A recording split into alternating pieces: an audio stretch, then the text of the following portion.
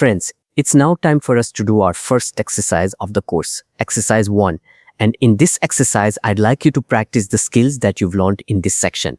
So first, I would like you to launch Excel, and I would also like you to pin Excel to the taskbar to make it easy to access. Once you've done that, I would like you to customize the quick access toolbar and add the following 3 commands: AutoSum, wrap text, and fill. I'd then like you to add a separator to the quick access toolbar. And then the final thing I'd like you to do is to practice creating a blank workbook using the keyboard shortcut.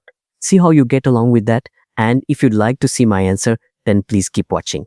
So the first thing we need to do here is we need to launch Excel and then pin it to the taskbar.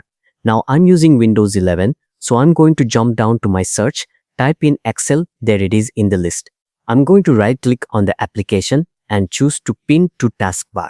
Now that I have it pinned to the taskbar, I can simply click on the icon to launch Excel. The next thing I asked you to do was to customize the quick access toolbar and add the commands AutoSum, wrap text, and fill. So let's jump across to the Formulas tab, find AutoSum, right click, add to quick access toolbar. And the final one is also on the home ribbon, right click, add to quick access toolbar. I then asked you to add a separator to the commands on the QAT, and I don't really mind where you place this separator. But to do this, you need to go into File, into Options, and Quick Access Toolbar.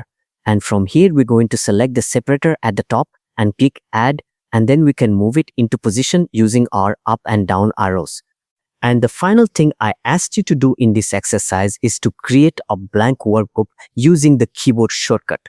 So all we need to do here is press Ctrl plus N